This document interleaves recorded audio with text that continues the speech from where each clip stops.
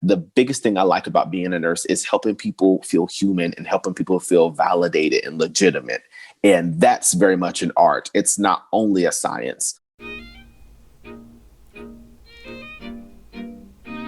Hello, everyone. I'm Angela Rosa DiDonato. And I'm Marian Leary. And you're listening to Amplify Nursing, a Penn nursing podcast supported by the Pinola Fund for Innovation in Nursing. Amplify Nursing features nurses who are leading the way in science, policy, and innovation. Our guests defy stereotypes, define practice, and disrupt convention. We highlight the breadth and depth of nursing influence on society by amplifying nurses who are pushing boundaries and breaking down barriers to build a new paradigm.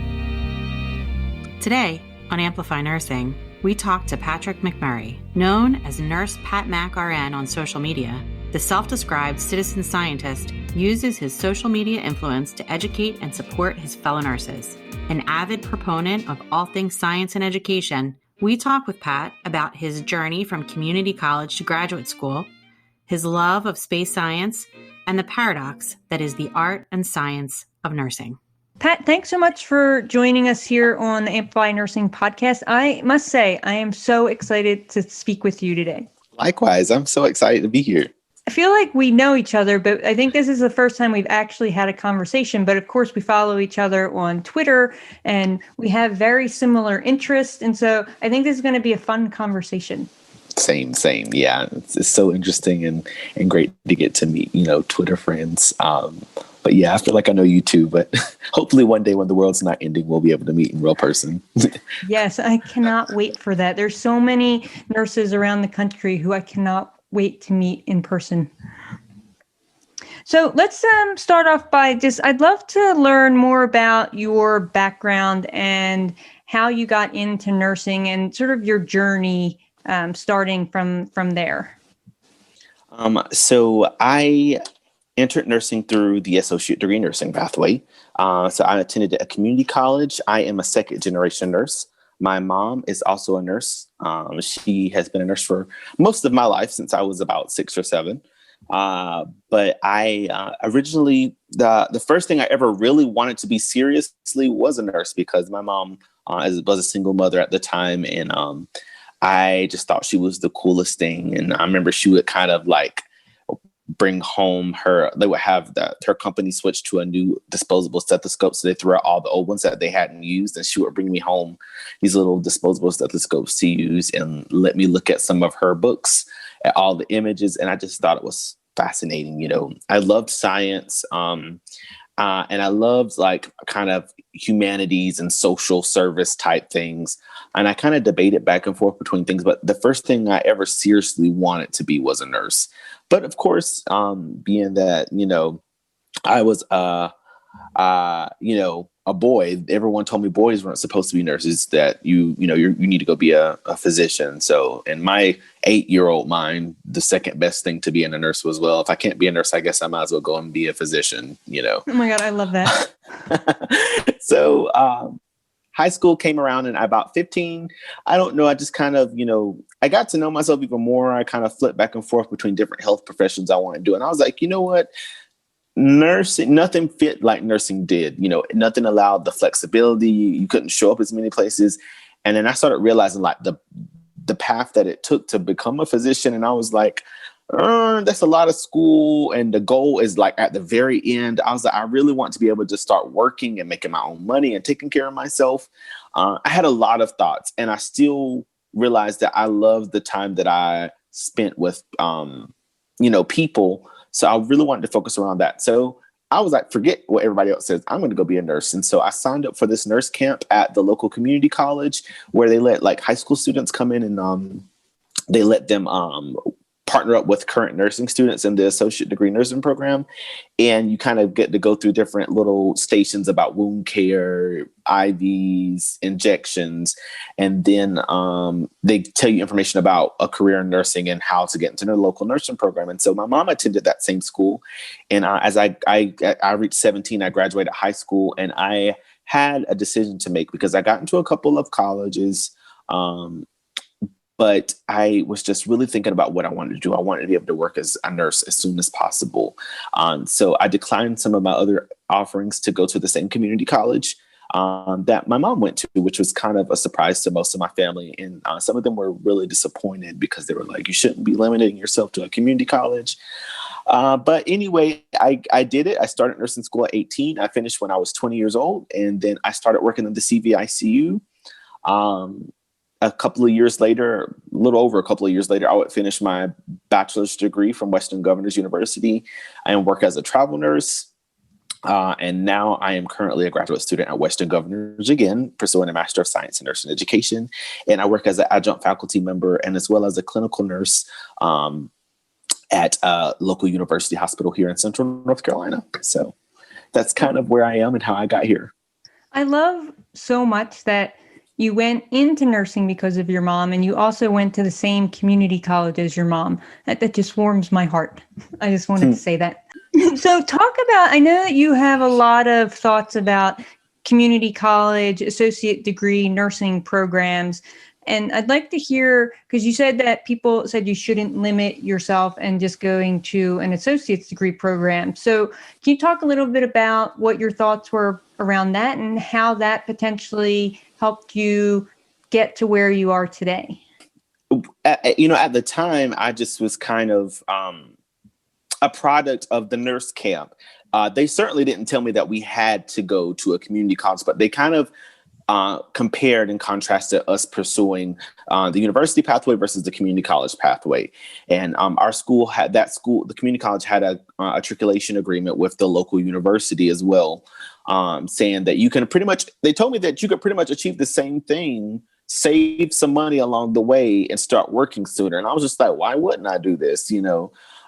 For me particularly, I didn't feel the drive for some reason. I guess I may have been just a weird teenager. I just didn't feel the drive to have the like on campus life. And I understand that some people do. And I think that that's totally fine, but it wasn't like a driving factor to me. And I came from a family of very humble backgrounds. My mom was the first person to graduate with a college degree. She's since gone on to complete a bachelor's and a master's degree as well. And when I thought about it, I was like, man, I can save money and come out with basically no debt and, go and get my bachelor's degree and not have to get in a lot of debt for that. And I knew I wanted to go on to graduate school. I kind of flipped back and forth as to what I wanted to do, but I knew from the time I started my associate's degree that I was going to continue my education. So I was like, why not save money now? Because I started looking up. Thank goodness I just had people in my life that were just like, yeah, this is the cost, or I'm living with student debt, and whatever.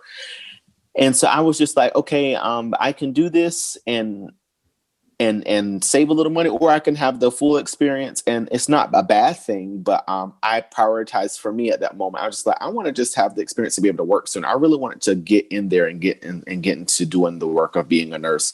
And so that led me just to go into the community college pathway, and it worked out really well for me. I've kept my student debt minimal. Even though I'm in grad school, I've kept it very minimal now. And I've been able to live a good life at 20 years old. I was making a lot more money than most 20-year-olds were making. I was able to live in this 3-bedroom townhouse by myself, and I was able to afford it, even though I didn't really need all that space. But, it changed. And I saw how drastically going to a community college changed my life from when my mother attended. In just 2 years, our lives drastically changed. And I was just like, you know what, I can put in this investment and I can still achieve the other goals of having a bachelor's degree, of having a master's degree. It like the ADN didn't really limit me. And so that's why I kind of was stuck with it. I'll drop home my point. My main platform on social media and Twitter is about support for diversity in nursing, and not just ethnic diversity, but diversity from lived experiences, gender diversity or orientation, anything like that. And I think that part of the power and beauty and the uniqueness of nursing is that it's considerably more accessible as a career for folks from diverse backgrounds than many other professions. And so one of the parts of that is my advocacy, is that I feel like we need to preserve these multiple pathways into nursing, because at this point in time, a singular entry into nursing would exclude a lot of people, like particularly for a bachelor's degree. If that was the only entry, that would exclude the possibility of people to become a nurse completely. And so right now, because of societal and systemic things, a lot of people of color, who are a lot of the people who don't have access, or people from disadvantaged backgrounds who come from rural or poor backgrounds, wouldn't have access to nursing education if it wasn't for community colleges and associate degree programs. And we are better because those people can come in.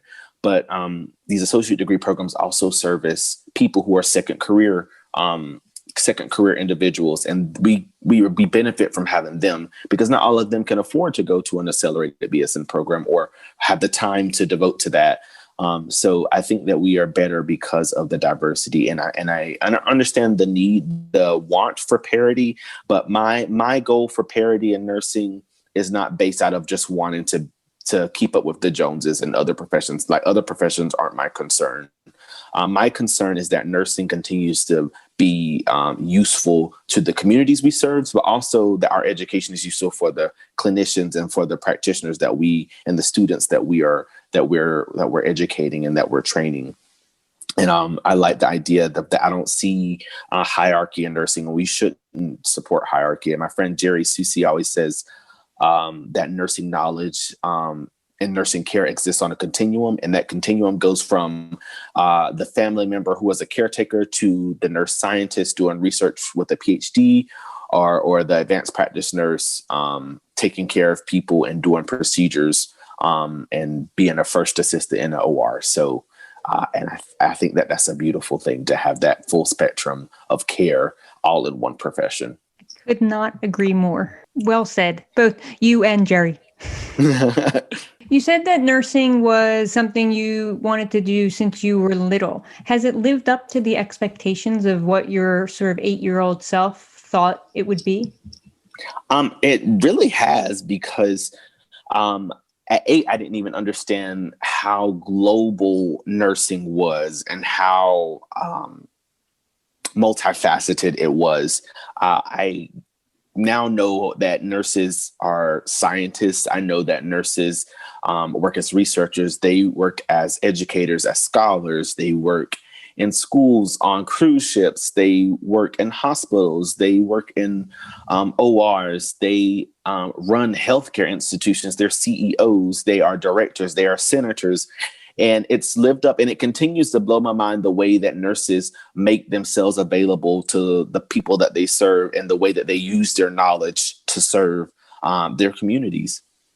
Yeah, I mean, it's an amazing, versatile profession that I don't think a lot of people actually realize. And which is why I love the work that you do on social media and with your blog, promoting nursing and what it's like to be a clinical nurse. Can you talk a little bit about your blog and how that came about? Yeah, so my blog is called PatMacRN, or patmacrn.com. And that's my dad's nickname for me. He calls me Pat Mac. So, but it came about because I was kind of breaking into this social media area from a professional sense. And I was like, I don't see many minority nurses that are nurse influencers. I saw a couple, and then I absolutely didn't see any that were minority male nurses at that time. This changed since then. But I was like, in addition to that, a lot of them are talking about the same thing. They're promoting these scrubs and all this kind of stuff. And that's all fine. But I was like, I really want people to tell me about how to make my career in nursing work for me, what it's like to live in the day-to-day of being a nurse, the frustrations, the highs, the lows.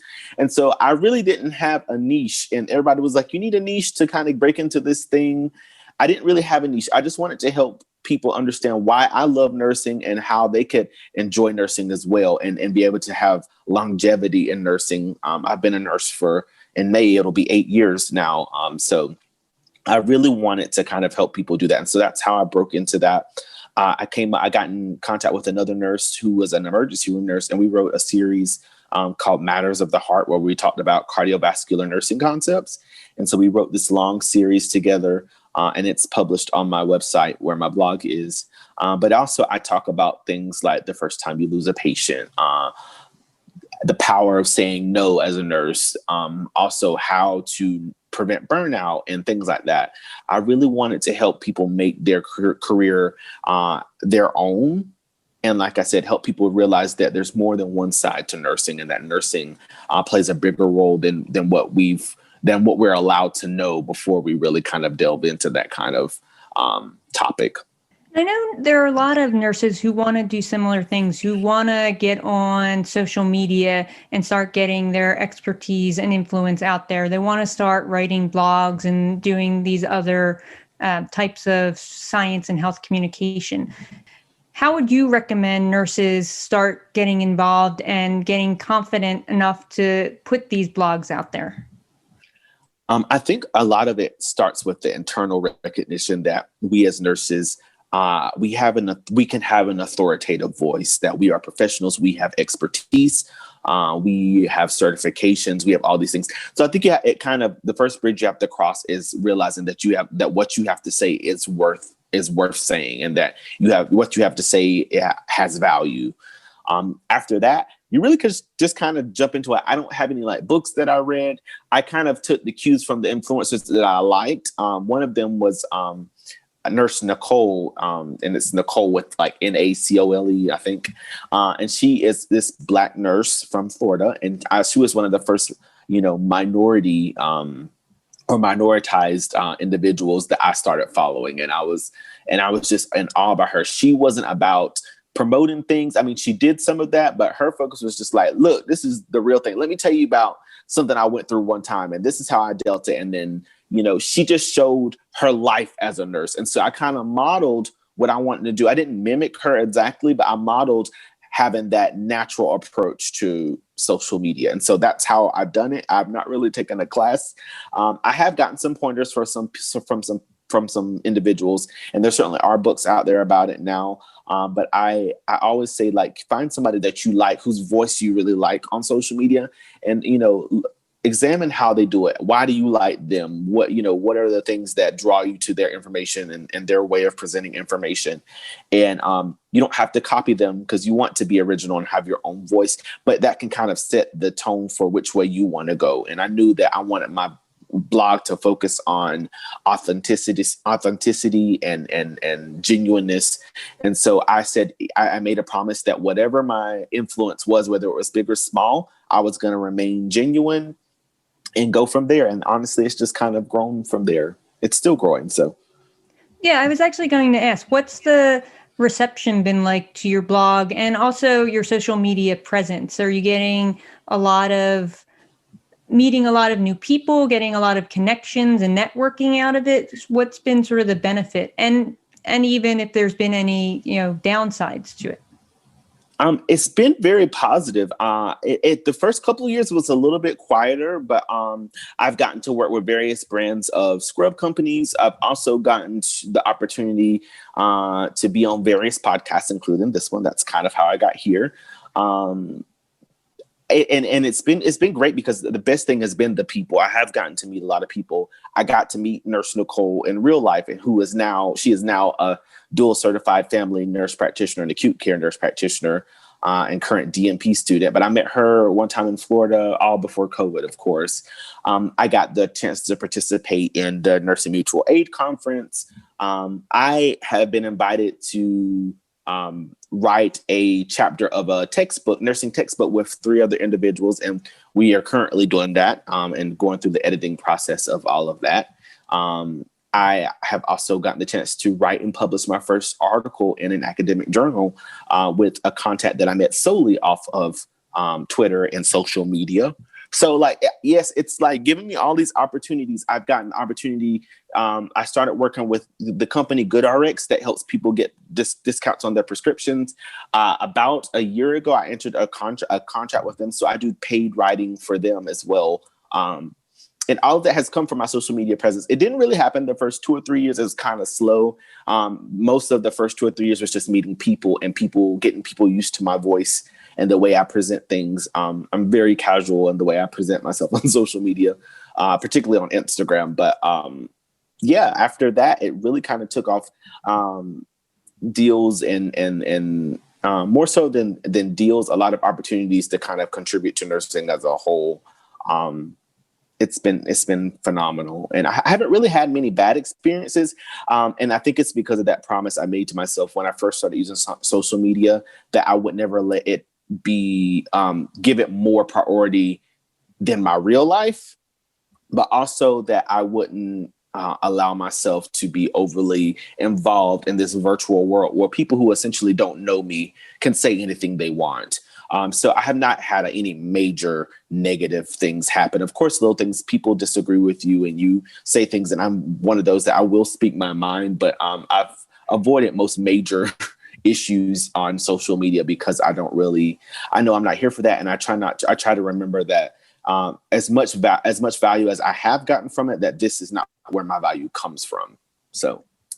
No, I mean, I think this is really important for other nurses to hear, because I talk to nurses all the time who want to start doing these things, but they're leery of social media and Twitter because they're not sure of the platform, or they're afraid of sort of the negatives that always swirl around these types of digital spaces. And so to be able to showcase someone like yourself who, the whole purpose, that's one of the main reasons I am on social media, is because of the connections, the potential for not only networking, but I've also published a couple papers now with people I've solely met on social media, and all of these other opportunities that come from this incredible community on these platforms that you'd otherwise really have no way of interacting with, I think is really important and can really just help to highlight nurses in general and the profession of nursing. Yeah, I agree. I definitely think the fear does stop a lot of people. And I think I think the best thing to do is kind of establish the parameters of how you're going to act and how you're going to kind of conduct yourself on social media from the get-go. And if you stick with the standard and adjust it as necessary, you really don't have as much to fear. A lot of people are like, how do you put your whole name out there? I'm like, well, I don't really have anything to hide. I am safe. I have learned, not to post when I'm during work, of course, and things like that, and to maintain HIPAA.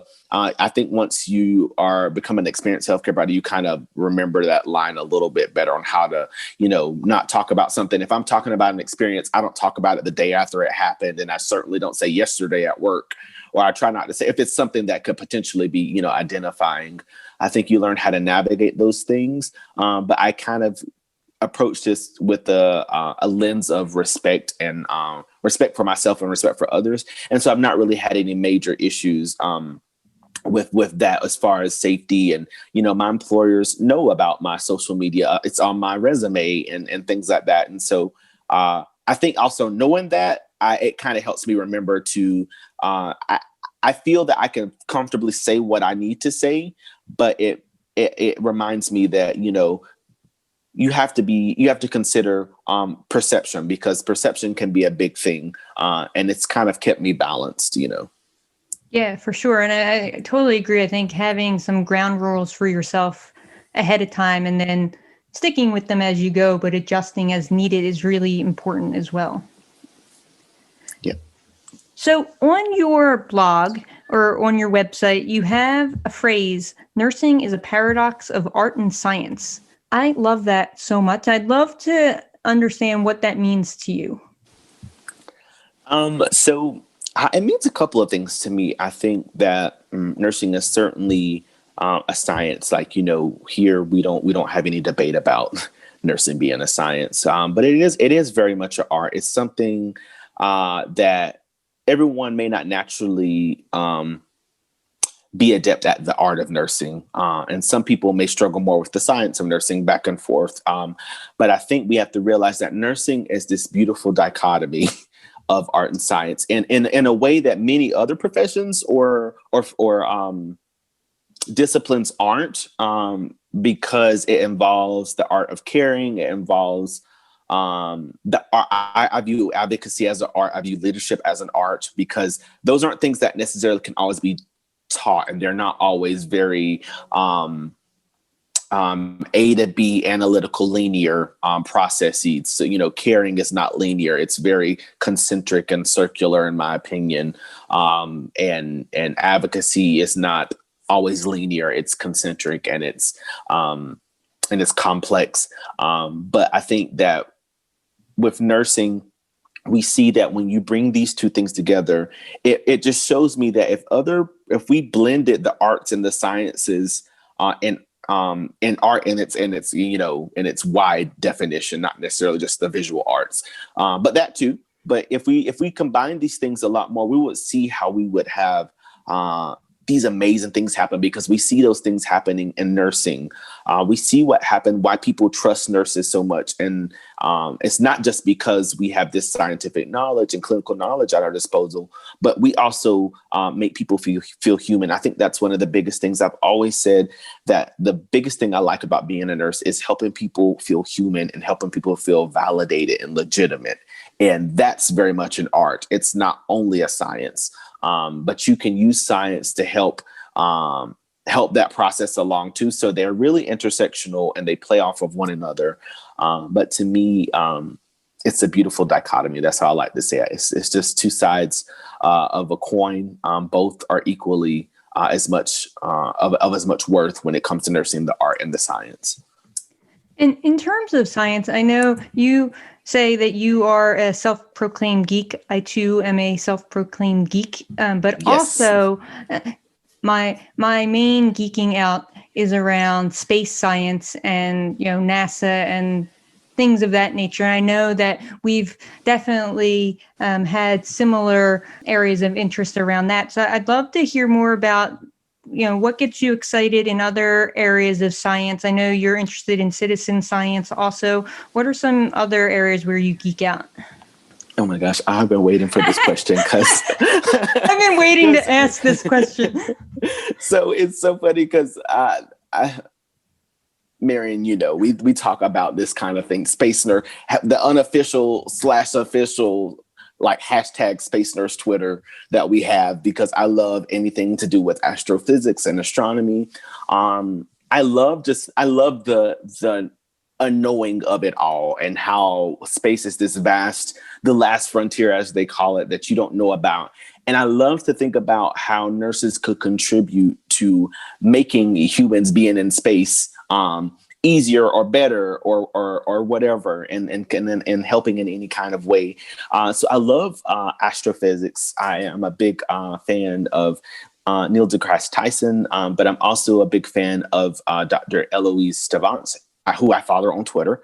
And she is an astrophysicist, and she is from France, but she works for the University of Auckland, and she is amazing. She hosts these little talks where she talks about various topics in astrophysics, and she explains it so well. It's like, even though I have no background in any other science other than nursing, she makes me feel like I'm a part of it. And so that's something I'm really excited about. I also love marine biology. This week is actually Black and Marine Biology Week. So that's great. And I've been just awing at all of these people who look like me who are in marine biology, because I never had heard of a marine biologist that was Black. I had never seen one. And now, of course, because of the wonder of social media, I have these contacts, and I've emailed and had phone calls with these different professionals. So I'm really interested in, this is going to sound really nerdy, but they're called seagrass meadows, and the biodiversity that exists in these seagrass meadows, and also coral reef biodiversity. So those are things that I get really nerdy about. And sharks. I love sharks. So I'm a big Shark Week fan. I've been watching it since I was 6. So I'm a longtime veteran of Shark Week. But yeah, that, and then I think the last area of science I like is anything to do with environmental science or ecology, on land as well. And that includes some wildlife scientists that I follow. And so I span most of the biologies in my interest. And then I'm not a big chemistry and I'm not a big physics person, but when it involves astronomy and astrophysics, I get excited. So. That's awesome. My kid is very interested in marine biology. So we do a lot of looking at pictures of cool sea animals, and we just saw a sea cow and a sea rabbit. So lots of great stuff going on under the sea. I totally agree with you. There's so much richness around the different sciences, and nurses have this lens that we could bring to all of these things, which is why I'm really disappointed that NASA does not consider nursing one of the sciences that would allow you to even apply to be an astronaut. I know that it comes up a lot on Twitter. Yes, it does. And, it's so funny you say that because when I was in nursing school and I was 19, the National Science Foundation offered our community college a grant to send students to Kennedy Space Center in Cape Canaveral, Florida, to work with NASA for about 6 weeks. And it was a fully funded, they were pay for your travel, for your housing while you were there, for your meals, and you would get a stipend. And so our school didn't really have anyone that quite fit the needs because they wanted people who had experience with anatomy and physiology and things like that. And then they said, well, why don't we offer it to nursing students? So 4 nursing students were selected, and I was one of them, and they were going to, and we got offered to go to NASA, and then we were going to be working with them. And the great thing about us that they really liked, the team had been introduced to the concept of bringing nursing students on, and they were like, oh, this is new, this is different, but they were excited because we were all certified nursing assistants at that point. And we knew how to, do vital signs and all that kind of stuff. So I said, this could really help with some of the work that we want them to do while we're here. So we got invited. Well, about 3 or 4 weeks before we leave, we get called into office and we're told that the grant won't fund us. And we ask why. Of course, we're all disappointed. And they say it's because the grant doesn't consider nursing a quote unquote hard science or a quote unquote pure science major. We weren't science majors. And so even though the team was excited and they advocated for them to make an exception with the grant, it did not fund us and we did not get the chance to go. And so that was where my dream of being a NASA nurse came, because I had the opportunity to go. And then it was like, snatched away from me, and I was depressed for a little while afterward, but I got over it. Wow, that's so wrong, though. I mean, I think, there needs to be, again, more education outside of nursing as to what we really can bring to these agencies. And the fact that NASA was okay with it, but the National Science Foundation wasn't, there's something a little bit messed up about that. But I think we're going to have to start an advocacy group for this, Pat, to get nurses, definitely. More nurses at NASA. Yes.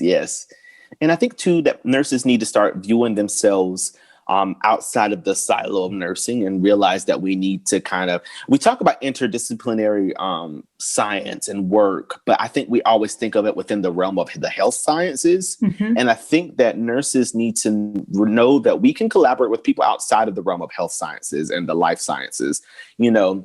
I was telling somebody I developed a framework for something in school, and I took the framework basically from the idea of biodiversity that you see in ecology and environmental science, and I translated this framework from the idea of various types of biospheres and ecological environments, and use it to translate and help me make a framework about diversity in nursing when it comes to having low diversity and it being a diversity desert, or having high amounts of diversity and it being a diversity rainforest, kind of thing. I developed this framework from that. So I'm like, there's so much we could learn from each other and from the other sciences, even if it's not me contributing directly to marine biology. What can I learn, or could we imagine futures where nurses are working with marine biologists to study the effects of patients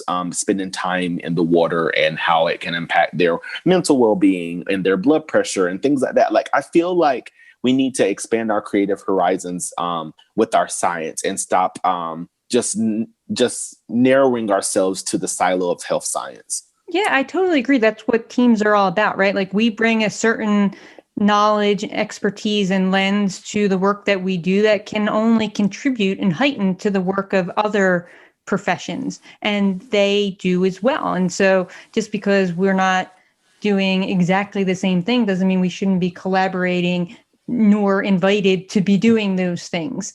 It's something that I really want to push forward. And it's so funny because as I do my assignments for grad school, I'm always like, I just posted on Twitter, like for a course that I did in my last class, I'm creating a community health course for the class.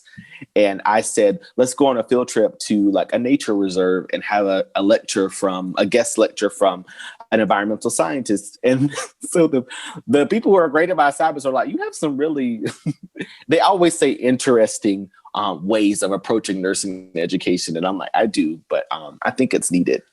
Right, that it's exactly needed. I think it's so important, everything you're saying. And I'm taking a ecology, technology, and design class this semester. And though a lot of it is not applicable to any of the work I'm doing, the things that I've been exposed to that now I can take back with me and use as reference for other projects and other, ideas, it's been really interesting and mind-opening in ways that your normal nursing classes just don't give you the opportunity for. And I think what you're doing in your class and in your practice in general is really needed. And I hope other nursing faculty, nursing students think about that, and others outside of nursing, just like what we've been saying.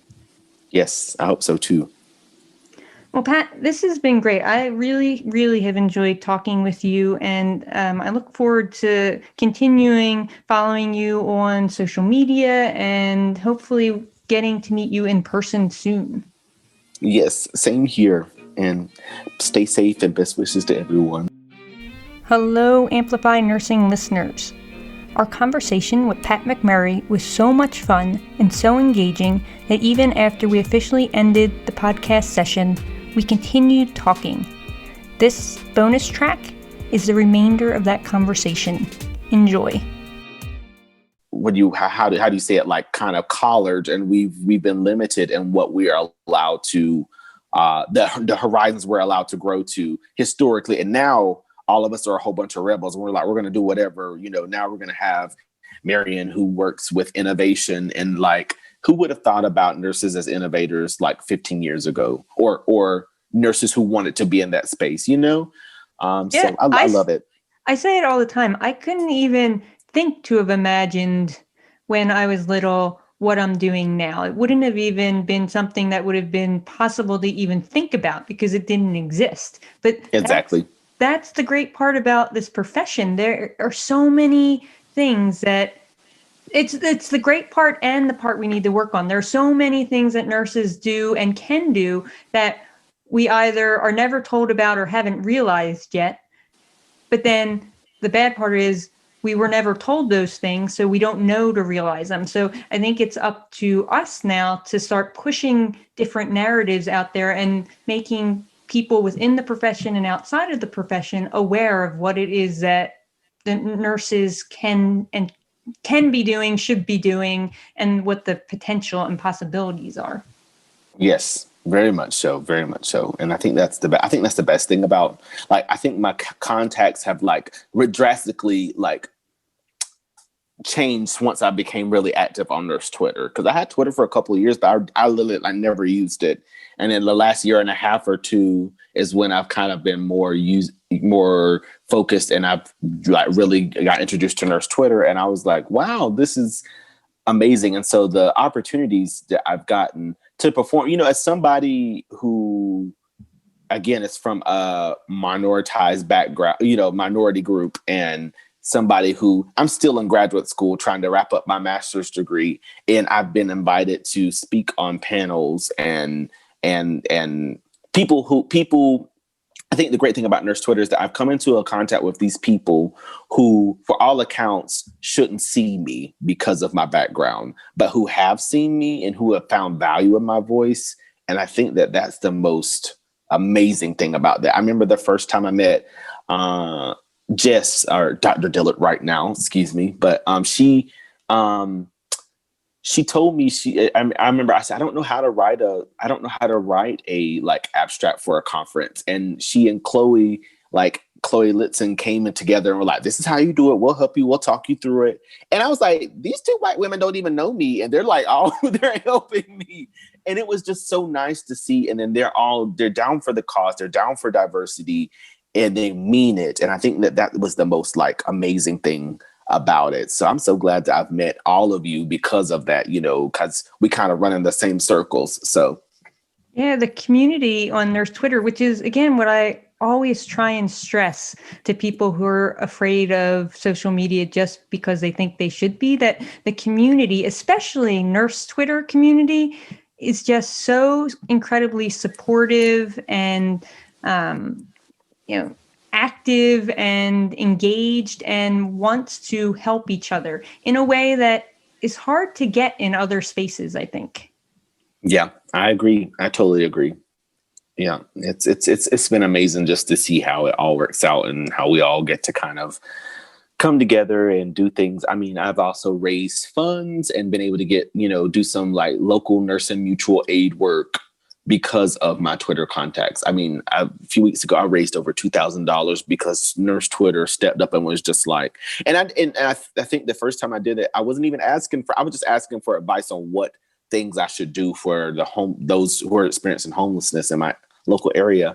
And then Nurse Twitter was like, how could I help? And people just donated, and it's been beautiful and it's been amazing. Yeah. So, but I think that, you learn how from your peers on social media, how to do it and how to do it safely. But I think if you let the fear hold you back, you just won't get to see the beauty that comes with social media and nursing. So truth. Hello, Marion. Hey, Angela. How's it going? It's amazing. How are you? I am so good. I just had such a great conversation with Pat. So you know how like you follow people on social media and you haven't actually ever met them in real life or really talked to them outside of that social media platform. And like you hope that they're as cool and as interesting and smart and nice as like you hope they are. And then like he was all of those things that I was hoping for. And we just had the best conversation. It was amazing. He's such a neat guy. He's so energetic and dynamic, and he's got such great ideas about all kinds of things in general. He's so curious that I found it really exciting to listen to the conversation and really hard not to chime in. Yeah, I could only imagine not chiming in during that conversation because he and I were like similar people with similar interests.